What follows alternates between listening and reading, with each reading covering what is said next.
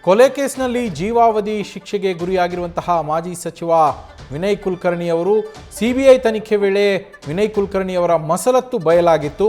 ಇದನ್ನು ಈಗ ಉಲ್ಲೇಖ ಮಾಡಲಾಗಿದೆ. ಈ ಎಲ್ಲ ಕಾರಣಗಳಿಂದಾಗಿ ಅವರಿಗೆ ಜೀವಾವಧಿ ಶಿಕ್ಷೆಯನ್ನು ವಿಧಿಸಲಾಗಿದೆ ಅನ್ನೋ ಮಾಹಿತಿ ತಿಳಿದು ಬರ್ತಾ ಇದೆ. ಪೊಲೀಸರ ಚಾರ್ಜ್ ಶೀಟ್ನಲ್ಲಿ ಹಲವು ವಿಚಾರಗಳು ಕೂಡ ಬಯಲಾಗಿದೆ. ಪತ್ನಿಯ ಹೆಸರಿನಲ್ಲಿ ಸಿಮ್ ಖರೀದಿಯನ್ನು ಮಾಡಿದ್ರು ವಿನಯ್ ಕುಲಕರ್ಣಿ ಅವರು. ಬಸವರಾಜ್ ಮುತ್ತಗಿ ಜೊತೆಗೆ ಮಾತನಾಡೋದಕ್ಕೆ ಅಂತಲೇ ಅವರು ಸಿಮ್ಮನ್ನು ಖರೀದಿ ಮಾಡಿದ್ರು ಅನ್ನೋದು ಸೇರಿದಂತೆ ಹಲವು ವಿಚಾರಗಳನ್ನು ಚಾರ್ಜ್ ಶೀಟ್ನಲ್ಲಿ ಉಲ್ಲೇಖ ಮಾಡಲಾಗಿತ್ತು. ಈ ಎಲ್ಲ ಅಂಶಗಳನ್ನು ಪರಿಗಣಿಸಿ ಅವರನ್ನು ಅಪರಾಧಿ ಅಂತ ತೀರ್ಮಾನಿಸಿದಂತಹ ನ್ಯಾಯಾಲಯ ಅವರಿಗೆ ಜೀವಾವಧಿ ಶಿಕ್ಷೆಯನ್ನು ವಿಧಿಸಿರುವಂಥದ್ದು. ಸದ್ಯ ಅವರು ಪರಪ್ಪನ ಅಗ್ರಹಾರ ಜೈಲಿನಲ್ಲಿ ಸೆರೆವಾಸವನ್ನು ಅನುಭವಿಸ್ತಾ ಇದ್ದಾರೆ. ಸದ್ಯ ಕ್ವಾರಂಟೈನ್ ಸೆಲ್ನಲ್ಲಿ ಅವರು ಇರುವಂಥದ್ದು. ಅದಾದ ನಂತರ ಅವರಿಗೆ ಬೇರೆ ಸೆಲ್ಗೆ ಶಿಫ್ಟ್ ಮಾಡಲಾಗುತ್ತೆ. ಈಗಾಗಲೇ ಅವರಿಗೆ ಸಜಾ ಖೈದಿ ನಂಬರನ್ನು ಕೂಡ ಕೊಡಲಾಗಿದೆ. 16119 ಅನ್ನುವ ನಂಬರನ್ನು ಅವರಿಗೆ ನೀಡಲಾಗಿರುವಂಥದ್ದು. ಸದ್ಯ ಪರಪ್ಪನ ಅಗ್ರಹಾರ ಜೈಲಿನಲ್ಲಿ ಜಿಲ್ಲಾ ಪಂಚಾಯಿತಿಯ ಸದಸ್ಯ ಯೋಗೇಶ್ ಗೌಡ ಹತ್ಯೆ ಪ್ರಕರಣಕ್ಕೆ ಸಂಬಂಧಪಟ್ಟಂತೆ ಅಪರಾಧಿ ಅಂತ ಘೋಷಿತರಾಗಿರುವ ಮಾಜಿ ಸಚಿವ ಹಾಲಿ ಶಾಸಕರು ಆಗಿರುವ ವಿನಯ್ ಕುಲಕರ್ಣಿ ಅವರು ಜೈಲು ಶಿಕ್ಷೆಯನ್ನು ಅನುಭವಿಸ್ತಾ ಇರುವಂಥದ್ದು, ಜೀವಾವಧಿ ಶಿಕ್ಷೆಯನ್ನು ಅನುಭವಿಸ್ತಾ ಇರುವಂಥದ್ದು.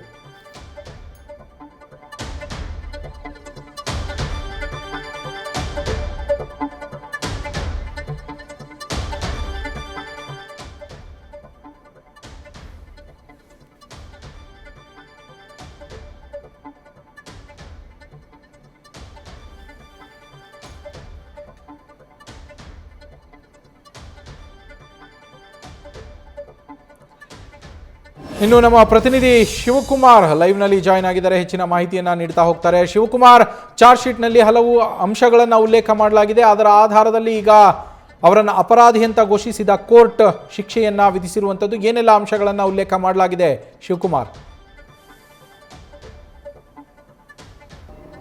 ನವೀನ್, ಧಾರವಾಡದ ಜಿಲ್ಲಾ ಪಂಚಾಯತಿ ಸದಸ್ಯರಾಗಿದ್ದಂಥ ಯೋಗೇಶ್ ಗೌಡ ಹತ್ಯೆ ಪ್ರಕರಣಕ್ಕೆ ಸಂಬಂಧಪಟ್ಟಂತೆ ಬೆಂಗಳೂರಿನ ಜನಪ್ರತಿನಿಧಿಗಳ ವಿಶೇಷ ನ್ಯಾಯಾಲಯದಲ್ಲಿ ಈಗ ಆಲ್ರೆಡಿ ಮಾಜಿ ಶಾಸಕ ವಿನಯ್ ಕುಲಕರ್ಣಿ ದೋಷಿ ಅಂತೇಳಿ ತೀರ್ಪನ್ನು ಬಂದಿದೆ. ಜೊತೆಗೆ ಅವರಿಗೆ ಜೀವಾವಧಿ ಶಿಕ್ಷೆಯನ್ನು ಕೂಡ ಕೋರ್ಟ್ ವಿಧಿಸಿರುವಂಥದ್ದು. ಅವರಿಗೆ ಆಲ್ರೆಡಿ CTP ನಂಬರ್ ಅನ್ನು ಕೊಡುವಂಥ ಕೆಲಸವನ್ನ ಜಿಲ್ಲಾಧಿಕಾರಿಗಳು ಒಂದ್ ಕಡೆ ಕೊಟ್ಟಿದ್ರೆ, ಮತ್ತೊಂದು ಕಡೆ ಪ್ರಕರಣಕ್ಕೆ ಸಂಬಂಧಪಟ್ಟಂತೆ ವಿನಯ್ ಕುಲಕರ್ಣಿ ಪಾತ್ರದ ಬಗ್ಗೆ CBI ಅಧಿಕಾರಿಗಳು ಚಾರ್ಜ್ ಶೀಟ್ ನಲ್ಲಿ ಉಲ್ಲೇಖವನ್ನು ಮಾಡಿರುವಂಥದ್ದು. ಜೊತೆಗೆ ಇದನ್ನ ಕೋರ್ಟ್ನ ಗಮನಕ್ಕೂ ಕೂಡ ತಂದಿರುವಂಥದ್ದು. ಸದ್ಯ ಪ್ರಮುಖವಾಗಿ ಇಲ್ಲಿ ಯೋಗೇಶ್ ಕೂಡ ಹತ್ಯೆಗಿಂತ ಮುಂಚಿತವಾಗಿ ಮಾಫಿ ಸಾಕ್ಷಿಯಾಗಿದ್ದಂತ ಬಸವರಾಜ್ ಮುತ್ಕಿ ಏನಿದ್ದಾರೆ, ಇವರ ಜೊತೆ ಮಾತನಾಡಲಿಕ್ಕೆ ಸುಮಾರು ವಿನಯ್ ಕುಲಕರ್ಣಿ ಅವರ ಪತ್ನಿ ಶಿವಲೀಲಾ ವಿನಯ್ ಕುಲಕರ್ಣಿ ಅವರ ಹೆಸರಿನಲ್ಲಿ ಸಿಮ್ಮನ್ನ ಖರೀದಿಯನ್ನ ಮಾಡಿ ಬರೋಬ್ಬರಿ 97 ಬಾರಿ ಕರೆಯನ್ನ ಮಾಡಿ ಮಾತನಾಡಿರ್ತಾರೆ ಬಸವರಾಜ್ ಮುತ್ಕಿ ಜೊತೆಗೆ. ಮತ್ತೊಂದು ಕಡೆ ಸುಮಾರು 57 ಬಾರಿ ಭೇಟಿಯನ್ನ ಮಾಡಿರ್ತಾರೆ ಅನ್ನೋ ವಿಚಾರಗಳನ್ನ ಸದ್ಯ CBI ಅಧಿಕಾರಿಗಳು ಚಾರ್ಜ್ ಶೀಟ್ ನಲ್ಲಿ ಉಲ್ಲೇಖವನ್ನು ಮಾಡಿರುವಂತದ್ದು ಒಂದಾದ್ರೆ, ಮತ್ತೊಂದು ಕಡೆ ಘಟನೆ ಆದಂತ ನಂತರದಲ್ಲಿ ವಿನಯ್ ಕುಲಕರ್ಣಿ ಬಸವರಾಜ್ ಮುತ್ಕಿ ಏನಿದ್ದಾರೆ, ಇವರು ಹಲವು ಬಾರಿ ಭೇಟಿಯಾಗಿರುವಂತಹ ಟೆಕ್ನಿಕಲ್ ಡಿಜಿಟಲ್ ಎವಿಡೆನ್ಸ್ ಗಳನ್ನ ಚಾರ್ಜ್ ಶೀಟ್ ನಲ್ಲಿ ತೋರಿಸಿರುವಂತದ್ದು. ಬಸವರಾಜ್ ಮುತ್ಕಿ ಆಗಿರ್ಬೋದು, ಜೊತೆಗೆ ಬಸವರಾಜ್ ಮುತ್ಕಿ ಅವರ ಭಾವ ಚಂದ್ರಶೇಖರ್ ಇಂಡಿ ಅಂತೇಳಿ ಇಬ್ಬರನ್ನ ಕರೆಸಿ ಸುಪಾರಿ ಕೊಡುವಂತ ಕೆಲಸವನ್ನ ವಿನಯ್ ಕುಲಕರ್ಣಿ ಮಾಡಿರ್ತಾರೆ ಅನ್ನೋ ವಿಚಾರವನ್ನ ಉಲ್ಲೇಖವನ್ನ ಮಾಡಿರುವಂತದ್ದು ಒಂದ್ ಕಡೆ. ಮತ್ತೊಂದ್ ಕಡೆ ಧಾರವಾಡದ ವಿನಯ್ ಕುಲಕರ್ಣಿ ಒಣದನದ ವಿನಯ್ ಡೈರಿ ಅಂದ್ರೆ ಅವರ ಹಸುಗಳನ್ನ ಸಾಕಣೆ ಮಾಡಿರುವಂತಹ ಡೈರಿ ಏನಿದೆ, ಅಲ್ಲಿ ಹಲವು ಬಾರಿ ಭೇಟಿಯನ್ನ ಮಾಡಿ ಚರ್ಚೆಯನ್ನ ಮಾಡಿದರೆ. ಜೊತೆಗೆ ಕೃತ್ಯ ಆದಂತ ನಂತರದಲ್ಲಿ ಆರೋಪಿಗಳನ್ನ ಅಂದ್ರೆ ಕೃತ್ಯದಲ್ಲಿ ಭಾಗಿಯಾದಂತ ತಮ್ಮ ಸಹಚರನ್ನ ಯಾವ ರೀತಿಯಾಗಿ ಎಸ್ಕೇಪ್ ಅನ್ನ ಮಾಡಬೇಕು, ಅವ್ರಿಗೆ ವಾಹನಗಳ ವ್ಯವಸ್ಥೆನ ಹೇಗೆ ಮಾಡಬೇಕು, ಜೊತೆಗೆ ಅವರು ಘಟನಾ ಸ್ಥಳ ಅಂದ್ರೆ ಧಾರವಾಡವನ್ನು ಬಿಟ್ಟು ಹೊರಗಡೆ ಹೋಗ್ಲಿಕ್ಕೆ ಅವ್ರ ವಾಸ್ತವ್ಯ ಉಳ್ಕೊಳ್ಳಿಕ್ಕೆ ಯಾವ ರೀತಿಯಾಗಿ ಸಹಾಯ ಮಾಡಬೇಕು, ಎಲ್ಲವನ್ನೂ ಕೂಡ ಕಂಪ್ಲೀಟ್ ಆಗಿ ಪ್ರೀ ಪ್ಲಾನ್ ಮಾಡಿರುವಂತಹ ವಿಚಾರಗಳನ್ನ CBI ಅಧಿಕಾರಿಗಳು ಚಾರ್ಜ್ ಶೀಟ್ ನಲ್ಲಿ ಉಲ್ಲೇಖವನ್ನು ಮಾಡಿರುವಂತದ್ದು ಒಂದ್ ಕಡೆ. ಮತ್ತೊಂದ್ ಕಡೆ ಇಡೀ ಪ್ರಕರಣದಲ್ಲಿ ಸದ್ಯ ಏನು 17 ಜನ ಆರೋಪಿಗಳು ವಿನಯ್ ಕುಲಕರ್ಣಿಯನ್ನು ಸೇರಿದಂತೆ 17 ಜನ ಆರೋಪಿಗಳು ಜೀವಾವಧಿ ಶಿಕ್ಷೆಗೆ ಒಳಗಾಗಿದ್ದಾರೆ. ಈ ಪೈಕಿ ಯೋಗೇಶ್ ಕೂಡ ಹತ್ಯೆ ಆದಂತ ಸಂದರ್ಭದಲ್ಲಿ ಅಲ್ಲಿನ ಧಾರವಾಡದ ಸ್ಥಳೀಯ ಪೊಲೀಸರು ಈ ಪ್ರಕರಣದಲ್ಲಿ A1 ಇಂದ A6 ಆಗಿದ್ದಂತ ಆರೋಪಿಗಳನ್ನ ಇವರೇ ಯೋಗೇಶ್ ಗೌಡನನ್ನ ಹತ್ಯೆಯನ್ನ ಮಾಡಿದ್ದಾರೆ ಅಂತೇಳಿ ಪ್ರಕರಣದಲ್ಲಿ ತೋರಿಸಿರ್ತಾರೆ. ಆದ್ರೆ ಆರೋಪಿಗಳು ಬೇರೆ ಆಗಿರ್ತಾರೆ. ಅಂದ್ರೆ ಸದ್ಯ ಯೋಗೇಶ್ ಕೂಡ ಪ್ರಕರಣದಲ್ಲಿ ಜನಪ್ರತಿನಿಧಿಗಳ ವಿಶೇಷ ನ್ಯಾಯಾಲಯದಿಂದ ಜೀವಾವಧಿ ಶಿಕ್ಷೆಗೆ ಗುರಿಯಾಗಿರುವಂತಹ ಆರೋಪಿಗಳ ಪೈಕಿ A11 ಇಂದ A17 ಆರೋಪಿಗಳಿರ್ತಾರೆ, ಅವರು ಅಸಲಿ ಆರೋಪಿಗಳಾಗಿರ್ತಾರೆ. ಆದ್ರೆ ಧಾರವಾಡದ ಅವತ್ತಿನ ಪೊಲೀಸ್ ಅಧಿಕಾರಿಗಳು ಬೇರೆ ಆರೋಪಿಗಳನ್ನು ತೋರಿಸಿ ಪ್ರಕರಣದಲ್ಲಿ ಬುಕ್ ಮಾಡುವಂತ ಕೆಲಸವನ್ನ ಮಾಡ್ತಾರೆ. ಮತ್ತೊಂದು ಕಡೆ ಆರೋಪಿಗಳು ಮಾರಕಾಸ್ತ್ರಗಳಿಂದ ಯೋಗೇಶ್ ಗೌಡರನ್ನ ಕೊಚ್ಚಿ ಕೊಲೆ ಮಾಡುವಂತ ದೃಶ್ಯಾವಳಿಗಳು ಸೆರೆಯಾಗಿದ್ರು ಕೂಡ ಪೊಲೀಸ್ ಅಧಿಕಾರಿಗಳು ಬೇರೊಬ್ಬ ಆರೋಪಿಗಳನ್ನು ತೋರಿಸಿ ಪ್ರಕರಣಕ್ಕನ್ನ ಮುಚ್ಚಾಕುವಂತ ಕೆಲಸವನ್ನ ಮಾಡಿದ್ರು ಅನ್ನೋಂತ ಕೆಲವೊಂದಷ್ಟು ವಿಚಾರಗಳನ್ನ ಸದ್ಯ CBI ಅಧಿಕಾರಿಗಳ ತನಿಖೆಯಿಂದ ಹೊರಬಂದಿರುವಂತದ್ದು. ನವೀನ್, ಶಿವಕುಮಾರ್ ಮೇಲ್ಮನವಿಯನ್ನ ಸಲ್ಲಿಸ್ತಾರೆ ಅಂತೇಳಿ ಹೇಳಲಾಗ್ತಾ ಇತ್ತು. ತಮ್ಮ ವಿರುದ್ಧ ಏನು ತೀರ್ಪು ಬಂದಿದೆ ಅದಕ್ಕೆ ಸಂಬಂಧಪಟ್ಟಂತೆ ಸಲ್ಲಿಸುವ ಸಾಧ್ಯತೆ ಇದೆಯಾ? ಯಾವಾಗ ಸಲ್ಲಿಸಬಹುದು?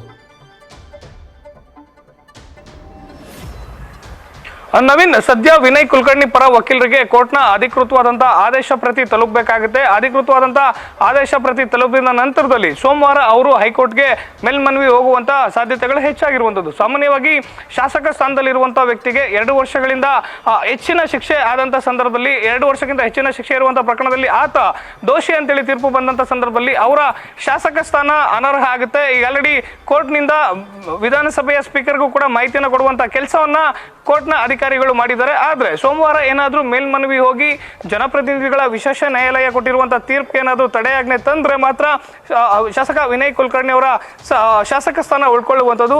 ಅದೇನಾದ್ರೂ ತಡ ಆಗಿ ವಿನಯ್ ಕುಲಕರ್ಣಿ ಪರ ವಕೀಲರು ಏನಾದ್ರೂ ಕೋರ್ಟ್ಗೆ ಹೋಗಿ ಅರ್ಜಿಯನ್ನು ಹಾಕೊಂಡು ಈಗ ಆಲ್ರೆಡಿ ಜನಪ್ರತಿನಿಧಿಗಳ ನ್ಯಾಯಾಲಯ ಕೊಟ್ಟಿರುವಂತಹ ಆದೇಶಕ್ಕೆ ತಡೆಯಾಜ್ಞೆ ತರುವಂಥದ್ದು ಲೇಟ್ ಆದ್ರೆ ಸೋಮವಾರ ಅಥವಾ ಮಂಗಳವಾರ ಶಾಸಕ ವಿನಯ್ ಕುಲಕರ್ಣಿ ಅವರ ಶಾಸಕ ಸ್ಥಾನ ಅನರ್ಹ ಆಗುವಂಥದ್ದು ಸಾಧ್ಯತೆಗಳು ಕೂಡ ಹೆಚ್ಚಾಗಿರುವಂಥದ್ದು. ಬಹುತೇಕ ನಿನ್ನೆ ಸಂಜೆನೆ ವಿನಯ್ ಕುಲಕರ್ಣಿ ಪರ ವಕೀಲರು ನ್ಯಾಯಾಲಯದ ಆದೇಶ ಪ್ರತಿಯನ್ನ ಪಡ್ಕೊಂಡಿದ್ದಾರೆ ಅನ್ನೋ ಮಾಹಿತಿ ಇದೆ. ಹೀಗಾಗಿ ಸೋಮವಾರ ಹೈಕೋರ್ಟ್ಗೆ ಮೇಲ್ಮನವಿ ಹೋಗುವಂತ ಸಾಧ್ಯತೆಗಳು ಹೆಚ್ಚಾಗಿರುವಂತದ್ದು. Naveen, thank you Shivakumar. News first ನಿರ್ಭೀತಿಯಿಂದ ನಿಮ್ಮ ಪರವಾಗಿ.